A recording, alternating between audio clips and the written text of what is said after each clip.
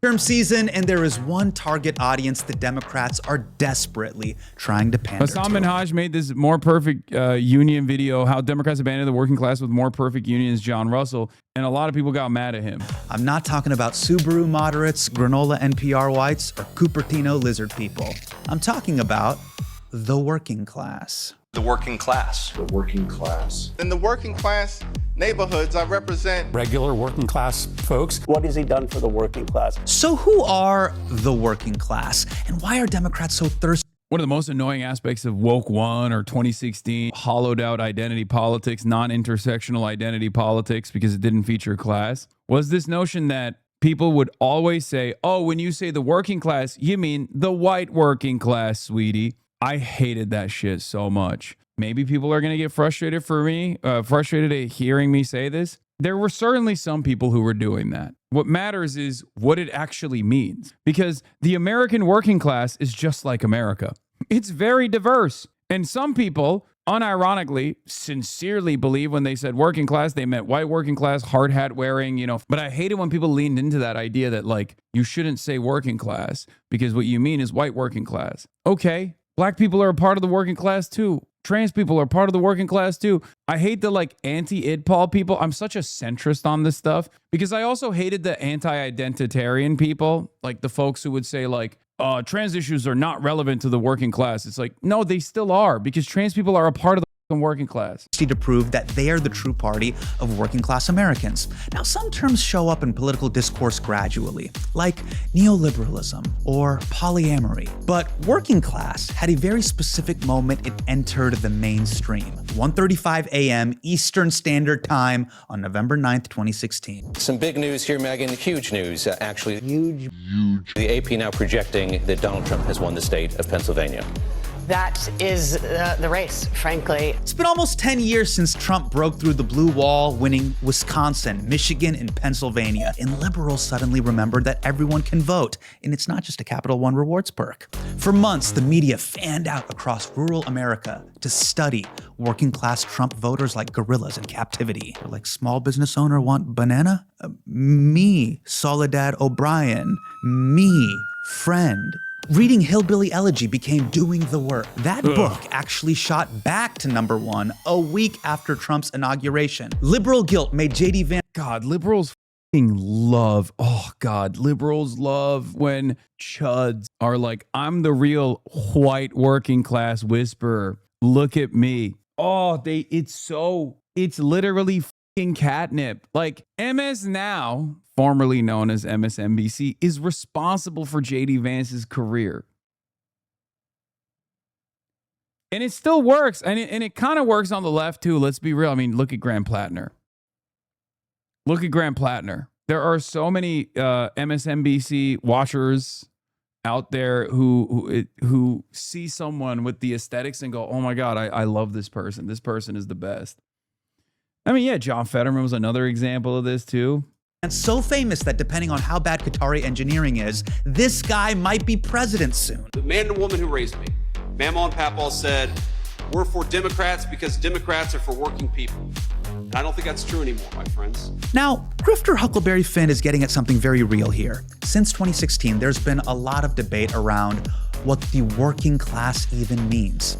But it used to be very simple. Working class people got a paycheck. They had a boss, they were probably in a union, and they almost definitely voted Democrat. Ever since FDR and the New Deal back in the 1930s, workers were a core part of Democrats' identity as a party. In 1935, FDR signed the Wagner Act, which guaranteed workers the right to collective bargaining. Republicans at the time tried to smear it as first implemented in the People's Republic of Wisconsin, for those of you who don't know. Socialist, but Dems didn't give a fuck. They passed Social Security later that year and were like, yeah, Social Security, social. We put it right in the name, bro. Come at us. In 1938, Democrats created the minimum wage in the 40-hour work week. And in 1965, they started Medicare. They're calling them David Centers in Wisconsin. This was a party unafraid to fight on the side of workers and against capital. And it made states like Pennsylvania, Michigan, and Wisconsin, which were built on manufacturing and agriculture, Democratic strongholds, places that Democrats could count on, maybe even take for granted. I mean, why would Hillary even need to visit Wisconsin? Now, I know what you're thinking. Really? Hasan, you're going to relitigate 2016 all over again? I'll be honest with you. I feel like relitigating 2016 is kind of hack as a concept. So what I'm going to do is relitigate the 1990s. It was Hillary Clinton's husband, jazz icon Bill Clinton, who pushed Democrats towards more business-friendly practices and away from... Oh, this is so good. Oh, he's cooking. He's cooking. Let's go back to the 90s. Let's talk about NAFTA. Let's talk about third-way neoliberalism. That's where it was invented, by the way. Because if you look at the trend lines in American politics, you have the New Deal era, and Democrats are dominating, right? New Deal liberalism, New Deal Democrats are dominating, and they end up dominating so hard that Republicans have to play ball, okay? They have to play ball all up until Ronald Reagan. Post-Reagan, it's the Republican Party now. It's the Republican show now. And every Democrat and every Republican that came after Ronald Reagan always went along with that same agenda of Reaganomics, destroying the welfare apparatus, as Bill Clinton did so much of this, by the way. It's crazy. And therefore, destroying the labor unions and what remained, the manufacturing base in the United States of America, therefore destroying the party's base of support, the Democratic Party's base of support. If you have no labor unions, you have no political participation, slowly but surely the labor unions chip away at their power and the rank and files end up going for whichever party they think is more important, because the culture war is the only thing that people talk about. Labor. Bill Clinton's 1992 platform was silent on antitrust and monopoly power, which had been a party plank for Democrats for over 100 years.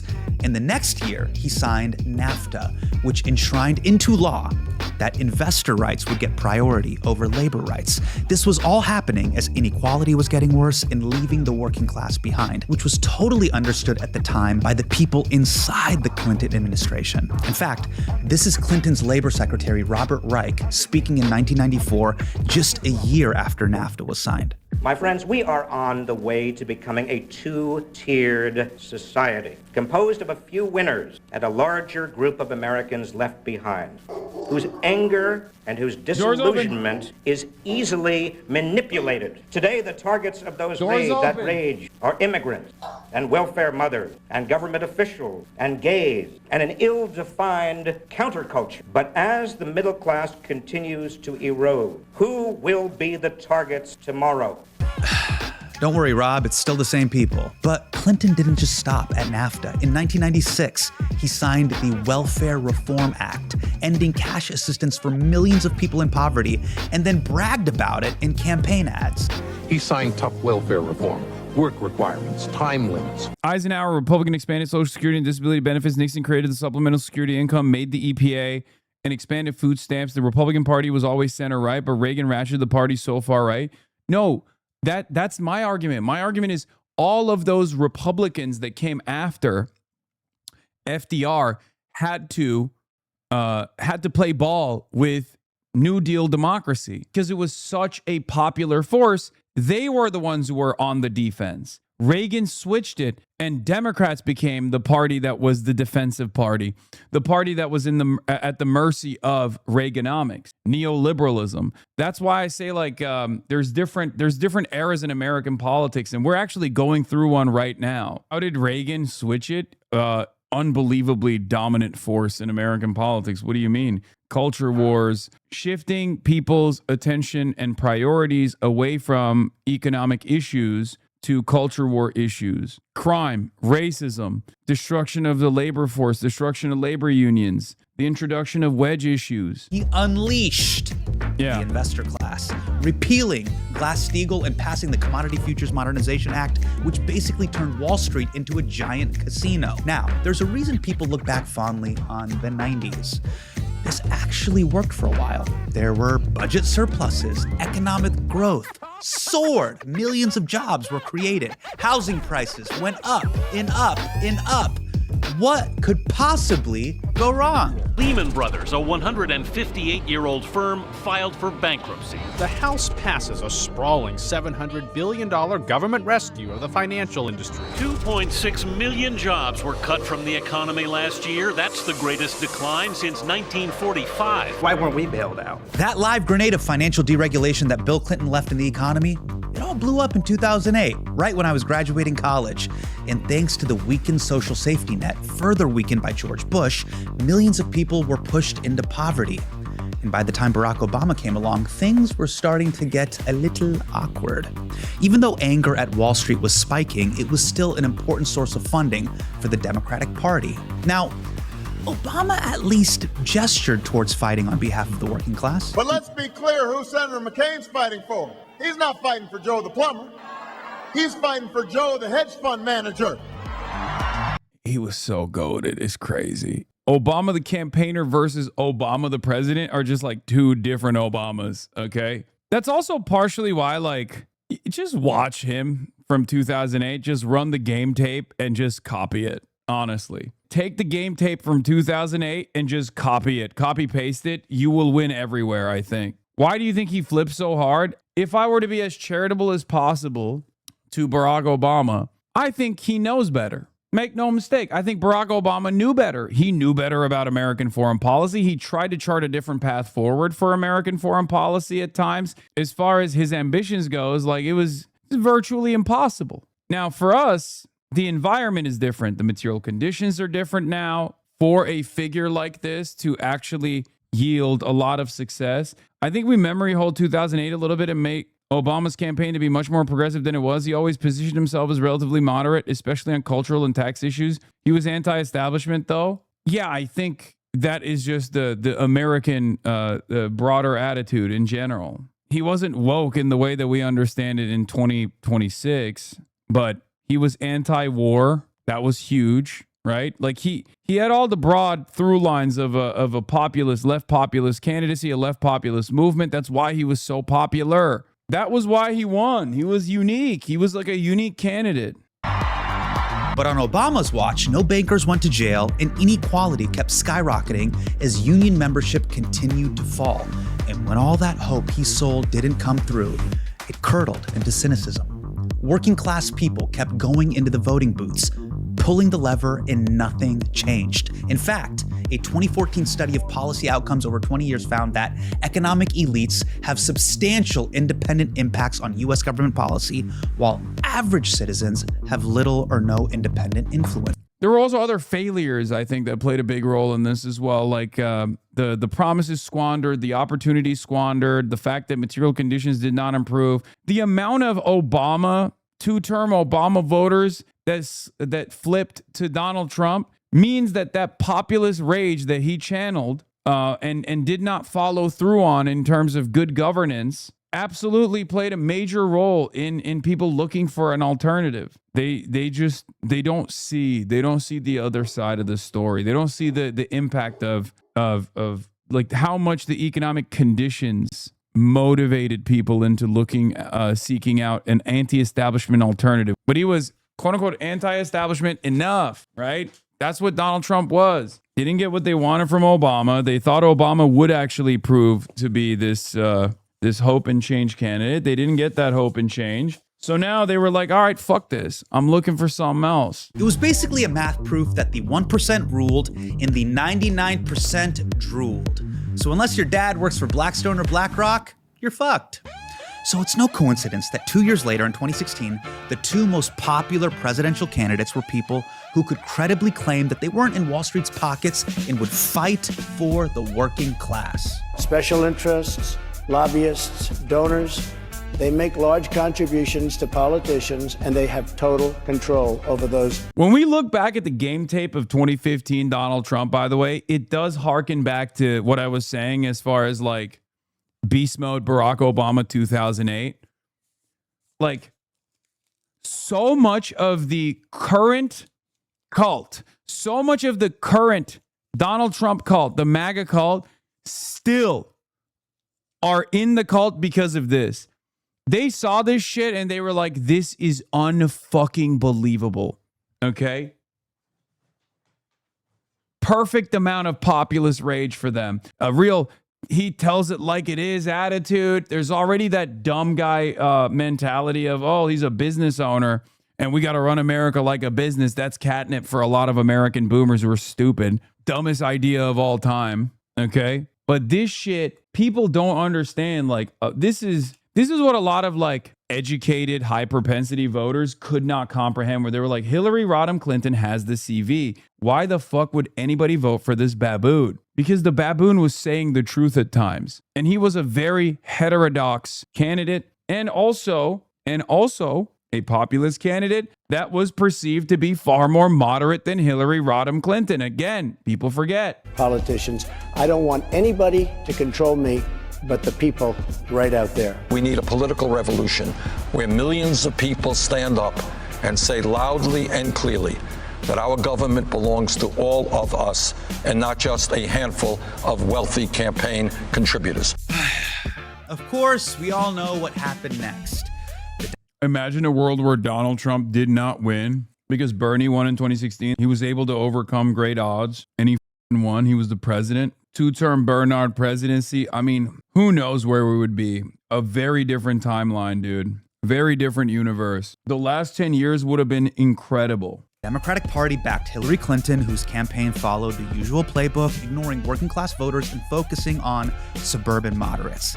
That is not a conspiracy theory, okay? Chuck Schumer literally said it out loud 3 months before the election. For every blue-collar Democrat we will lose in Western PA, we will pick up 2-3 moderate Republicans in the suburbs of Philadelphia. And you can repeat that in Ohio and Illinois and Wisconsin. 2016 was the year the suburban strategy stopped working.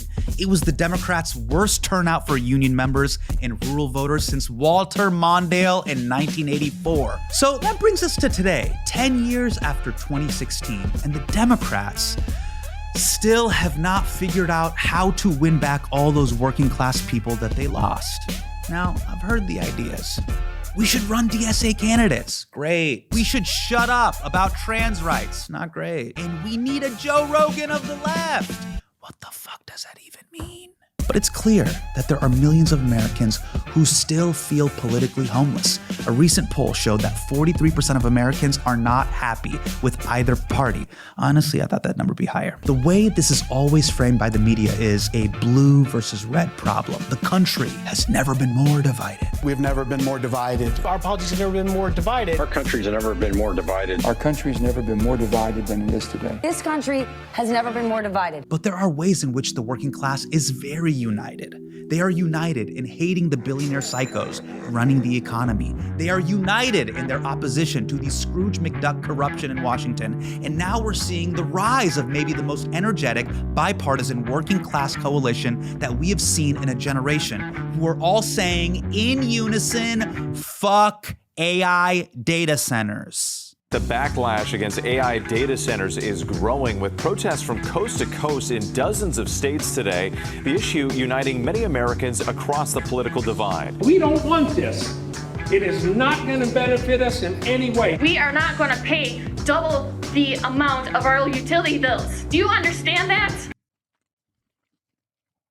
Of course, since that is the primary motivator of most people across party lines, on the one hand, you had a Republican in Wisconsin presenting himself as being anti-data center to outflank the Democrat who up until recently was running around talking about how much he loves data centers. The reality of the matter, of course, is both of them are in favor of data centers in the exact same way. That's the beauty of politics. And then people fucking wonder why people are tapped out. I wonder how people have such an apathetic perspective to politics in general. To talk about this more, I reached out to a media outlet whose mission statement is building power for the working class. Since 2021, More Perfect Union has been doing on-the-ground reporting focusing on labor unions, inequality, and corporate power. And maybe no other media outlet out there right now is doing more reporting on the backlash to AI data centers. So I sat down with one of their reporters, John Russell, a West Virginia native, someone who has spent years having real conversations with working class voters, trying to genuinely connect with them in good faith. We talked about the bipartisan coalition forming against big tech. It's a mask-off moment where people can see what side you really are on. How he connects with people who maybe don't share his politics. If they know you're coming from a genuine place, you're not trying to hide something, you're being upfront about who you are, that can kind of set the tone for a conversation. And as someone from Appalachia, I got his take on the vice president. What is your take on J.D. Vance? Oh, trash. I mean, what's everyone's problem with J.D. Vance?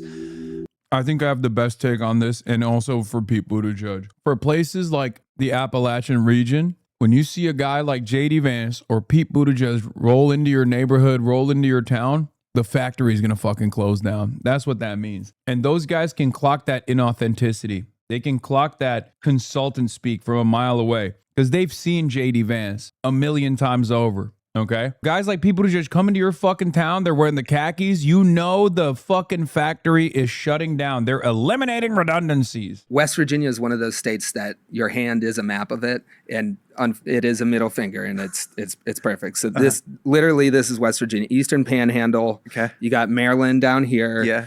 You have Morgantown. So Wheeling's right here. Okay. This is Ohio. Mm-hmm. I grew up here, but it's like Ohio, West Virginia, Pennsylvania, all these states, like this area is where like generations of my family's from. The cuts for us there is this place called the Pits. They want to currently build a 3 gigawatt data center on the Pits. Yeah. What the Pits is thousands of acres of absentee land, like in the hills for decades, like an outlaw dirt bike culture has taken over. Oh, shit. East of the Mississippi, if you want to go crazy off-roading, look this up on the internet. Yeah. You go to the Pits Okay. outside of Wellsville, Ohio. And it's like there are no rules. Nobody knows who owns the land. It's like a dirt bike gang has taken this over. So X Games meets the Lost Boys from Peter Pan. And I'm seeing this like, data centers are uniting left and right. Yes. In crazy ways. Yes. And I'm watching like everybody I grew up with in high school who I saw like send a dirt bike off a cliff, like organizing petitions against data centers. And I'm like, there's something to work with here. Yeah, totally. High school Johnny Knoxville is like, fuck these AI get data these centers. out of here, dude. They'll dismantle it. Okay. One of the things that I love about the videos that you do for More Perfect Union is you actually go out into the field and you do practical reporting. You are not a cable news pundit sitting on a round table. This guy has one thing that I will never have, and I'm a little bit jealous of it. He can fucking be one with the chud. I will never be able to be one with the chud in the same fucking way that he can. Like, he goes out there, he's from West Virginia, he speaks the language, he's a real chud whisperer, and I wish I could get a fraction of that, you know what I mean? I want to chat with you. Let's break down a few words that get thrown around in media circles oftentimes. Let's start with rural America. If you're living in rural America, I think one of the things it's defined by, regardless of where you go, is extraction. Like if you are... It's the mullet, you need one? No, not even like Andrew Callahan. Andrew Callahan has too much like Seattle anarchist stink on him. No, this is different. In the middle of the country, like large-scale monoculture agriculture, where monopolies are owning all the inputs. That's kind of the economy that you deal with. If you're in the mountains of West Virginia, it's been the extractive industry of coal. That's rural. If it takes a while to drive to go get groceries, rural. There's all these indicators that fall on a spectrum from, the city center to the suburbs to the exurbs to where it takes a while to get to Walmart, But I would say, the extraction economy is a major theme in like the rural coverage that I do. And that always comes paired with, I think of the coverage we did of West Virginia data centers. Like there's such a push to put these things in communities that have already had most of their wealth taken out of there. Yeah. They're used to it. And so the next wave of this wealth extraction is something like data centers. And I think that's a uniting thing. For the people in my audience who perhaps have family members that voted for Donald. For the record, that's how you know this shit is capitalism. White supremacy at the end of the day is simply used as a weapon to divide the working class. But if white supremacy was the primary force that American society was designed around, they wouldn't be fucking white people so hard in West Virginia. Like that, at the end of the day, you can't overcome that. Like you have to recognize it. It's ironic because white supremacy is the primary force that caused West Virginia and the West Virginia whites to basically live in these dire straits, in these dire circumstances. But if there was any sort of legitimate investment by those in positions of power to prop up white supremacist values as anything but a divisive force to dominate the working class, then these rural whites would not be living in these sorts of circumstances, right? It is a tool. Okay, but that's a point of connection. Trust when I say white boys in the dirt build crazy dumb shit, like brothers in the city jump shit. We know we shouldn't. But even think about that. The perception, the broad perception of, like, here's what's interesting, right? Like, the dirt bike dynamic is so interesting because you go to the fucking urban areas in Philadelphia. What are the youth invested in? Dirt bikes. Okay. You go to rural Appalachia. What are the youth invested in? White kids, dirt bikes. They love dirt biking and doing dumb shit with dirt bikes, sometimes quads as well. But there's two ways of looking at it, which is, you're unified. People want the same shit. They want to be busy. They want hobbies that they can lean into. Trump and see these people as irredeemable. In your reporting, what would you like them to know? I think the way that we consume, the way we talk to our family members, first of all, like, check where you're coming from, because if you're just trying to defend a political party, I think you got to go deeper than that to rescue people who are a little too far gone. You have to get back to shared values. And there are a lot of people in Trump country that share the value of wanting to hold it. They wanted to hold the Epstein class accountable. That was the whole thing with their base, right? You can get in there and relate on that thing. But if you're just trying to come in and say your party's bad and my party's good, they're prepared for that. And you got to go on values. I mean, speaking of values, naturally, you lean a little bit more left, right? Yeah. How do you unlock people who have more conservative positions than you? Bro, I'm telling you, Hasan Minhaj asked, you lean a little bit more left there because, again, you got to check. You got to check. You just got to check every time. You're like, so what's up? You just got to make sure. Just want to confirm you're not going to say slurs, right? Is it the mullet doing the work? Is it the mustache? Like, what's it? It is my. But you like, it's a little bit of this. No, you're clearly affable. You genuinely come from a place of curiosity. But what did you find was the way that you connected with people that don't vote like you, or perhaps share the same values that you do? Well, it does help to look like this, I did find, growing up where I did, before I got hired at More Perfect Union, I worked at a dive bar. Shout out to Johnny's Bar, baby. Shout out to Johnny's Bar. And that's where I learned something that helps me in my work all the time. Let me just be normal. Treat people like people and expect there to be disagreements regardless. And you will be able to unlock so much. That's the major difference is, like, this dude very clearly grew up in a conservative environment, and worked around conservatives, were around conservatives in general. So, of course, he's fucking normal. He understands that, like, people on the internet make it seem like you can't have a normal conversation. You can. I do it all the time. It's fascinating. It's a fascinating experience. I do it all the fucking time. One of the things that I've been doing lately, I'll tell you, this is very successful. I get a lot of Fox News coverage, right? You know what I tell the MAGA parents and MAGA folk that I talk to? I'm like, when you're out there and the Democrats hate you and the Republicans hate you, you must be doing something right. After all, you know who else they did this to? Donald Trump. You're right, but it's so fucking stupid. Okay, man, whatever. Okay, Mr. Elitist, who cares? Which is, I wear my politics on my sleeve. And I don't try to hide that with people. And I think that if they know you're coming from a genuine place, you're not trying to hide something, you're being upfront about who you are, that can kind of set the tone for a conversation. And that's what I always did in Johnny's Bar. Like, before I got hired at More Perfect Union, I was making TikToks about, like, we should all join together as people in the same boat here and maybe take back some of our power. I talk left-wing politics in my small-town bar with people mostly whose idea of a leftist is the actual devil. Was there a moment that inspired you to start making those videos? Like, what, not to like hero's journey this. But like, what was the inciting incident? What was the moment that made you go like, oh, I want to go to the cesspool that is social media and like talk about politics and perhaps reach out to people that feel unheard? I think I've always been angry about how this billionaire-owned media lied to the people I grew up with. And I've always believed in the possibility of them joining together with other people who are in the same boat so that we can end some of this suck that we're currently in.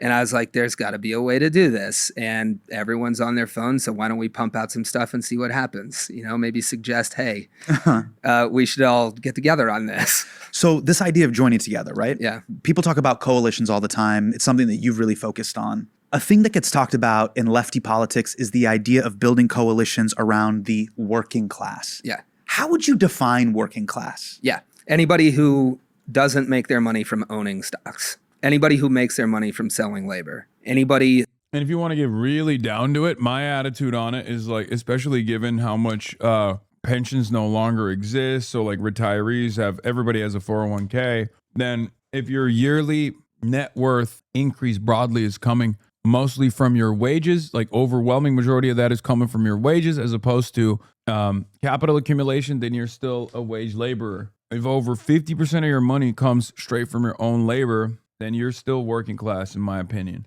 Or at least like you're a wage laborer selling their own labor. No, I know the reason why of course, the Marxist definition of proletarian is a wage laborer, someone who sells their labor to a boss. What I'm simply saying is that in this day and age, there are a lot of people who are wage laborers, but also have a 401k. Does that mean they're a capital owner? Because technically they're engaging in capital accumulation. That doesn't matter. So, Howard Lutnick, you're working class. Got it. If something that you say in public moves markets or starts wars, you know, then you might not be working class.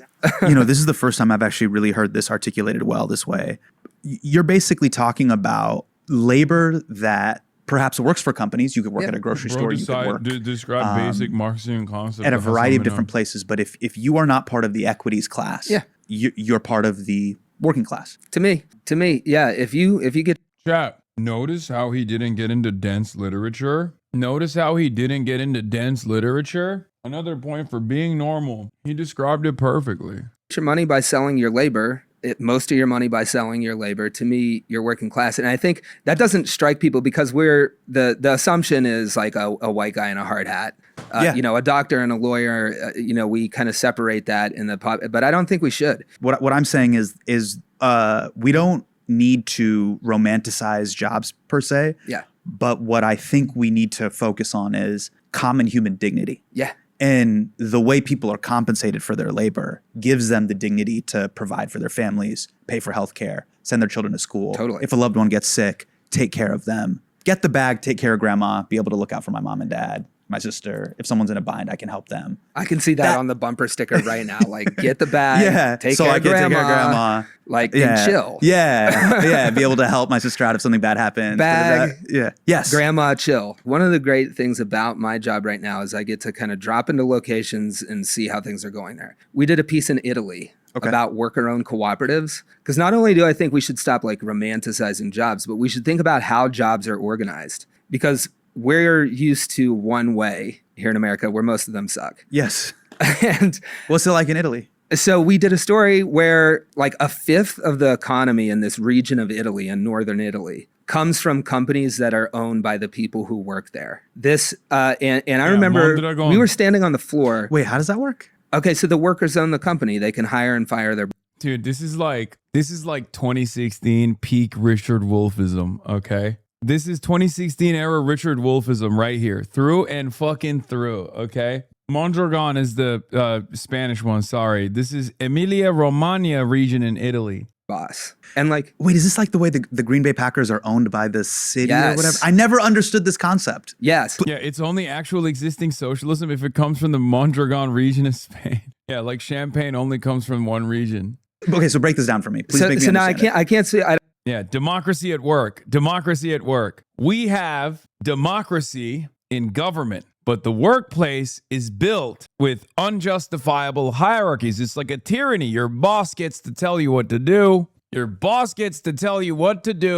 where to do it. You spend 80% of your adult life in this undemocratic process. Workplace is like a dictatorship. I don't know the details of the Packers, but basically a cooperative, right? Okay. This is a company like any company you would work for, but instead of being owned by one guy and shareholders and a board, the workers are the shareholders, the board, and they make the decisions to run the company. You can hire somebody to be CEO, and you can also fire them. And it was mind-blowing to me to go over as an American to Italy, stand on the floor of a factory where 2,000 people worked, just like the ones that closed down after NAFTA in the Ohio Valley where I'm from. They got a 2,000 person factory. It's doing manufacturing. It's owned by the workers. And I'm standing there with the boss of the company and 3 workers. And I asked the workers, what would you do if your boss made 300 times more than you make? And they were like, we would fire him. The workers are highly paid. They work in manufacturing. They control who runs the company.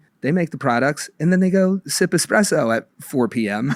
and be reasonable. Yeah. There are different ways to do jobs. No, but what's the catch here? Like the way you're describing it, I was like, no, there's a catch though. What's the catch? There's nothing's perfect. Okay. How long do you have to work there to be able to vote? Or the moment day one, you're essentially on the quote unquote board? So this would be a plug to watch the video, because we had a worker who had just joined, all the way up to somebody who'd been there a long time. First of all, you have far less turnover. You have far more expertise. Sure. Yeah. You've incentivized staying there. Yeah. And there's a clear path from the guy we were talking to who's 20 years old to spend a short amount of time and become, a worker owner. Would you say kind of the core tenets of the videos that you work on for More Perfect Union, are they essentially about labor solidarity? Yeah. It's about strength in numbers. It's about solidarity. It's about different ways to organize the economy and work. One of the things I hear in media reporting all the time is, here is how the Democratic Party abandoned the working class. Yeah. A couple of my favorite criticisms from the left, it's like, well, these companies still rely on outsourced labor from the third world. Okay, dude. Sorry that the fucking workers' cooperative in Italy didn't destroy imperialism, like Western imperialism, single-handedly. And then from the right, the criticism always is, well, cooperatives can exist under capitalism. Why can't capitalist corporations exist under socialism? It's awesome. All right, we're going to pause it here.